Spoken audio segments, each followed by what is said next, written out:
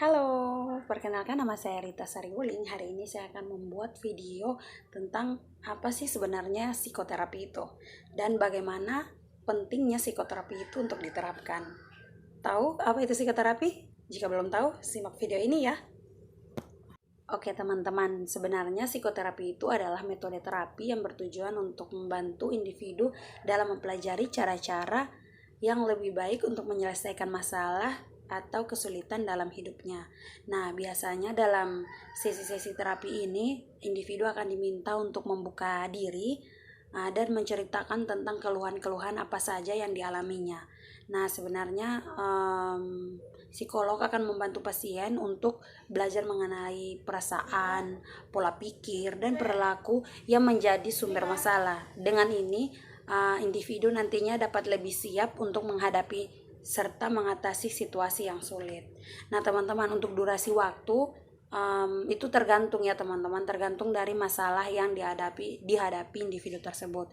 Jika masalahnya memang bisa diselesaikan dengan sesegera mungkin, itu hanya memerlukan waktu yang singkat dan hanya menjalani beberapa sesi terapi. Nah, sementara untuk masalah yang lebih kompleks itu individu bisa menjalani atau membutuhkan waktu berbulan-bulan bahkan sampai bertahun-tahun ya teman-teman.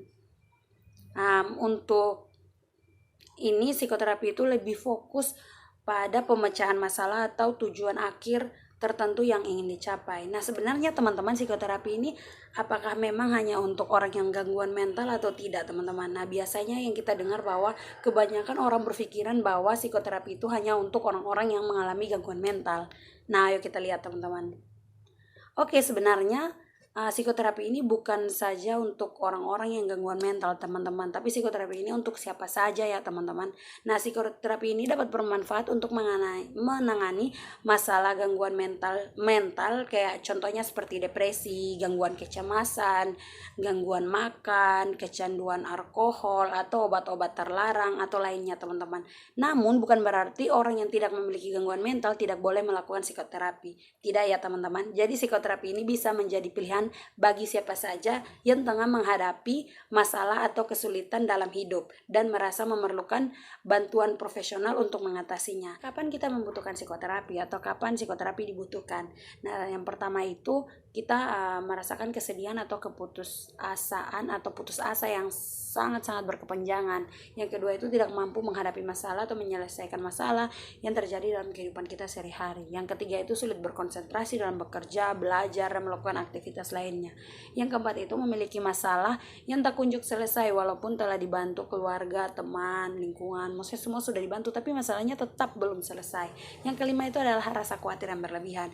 Jadi jika kita sudah merasa hal-hal tersebut, di situ kita akan membutuhkan untuk psikoterapi. Jadi teman-teman ingat ya, psikoterapi bukan hanya pada orang-orang yang mengalami gangguan mental, bukan, tapi psikoterapi ini untuk siapa saja. Berapa efektifkah psikoterapi itu jika dilakukan? Nah, sebenarnya psikoterapi itu akan efektif apabila individu tersebut itu menyadari kondisinya atau memiliki keinginan besar untuk berubah. Hasil dari tujuan yang dicapai pun akan lebih mudah terwujud dibandingkan dengan individu yang mengikuti psikoterapi dengan paksaan atau dengan didorong oleh orang lain. Apa saja jenis-jenis psikoterapi? Sebenarnya terdapat banyak sekali jenis psikoterapi dengan pendekatannya masing-masing. Nah, nantinya psikolog akan melihat atau memilih jenis psikoterapi yang paling cocok dan paling sesuai dengan kondisi medis dari individu tersebut. Nah, teman-teman, jenis-jenis psikoterapi ini ada beberapa yang saya sebutkan. Yang pertama adalah ada terapi perilaku kognitif, ada terapi psikoanalitik, ada terapi interpersonal, ada terapi keluarga, ada hipoterapi, ada terapi forgiveness, dan ada art terapi.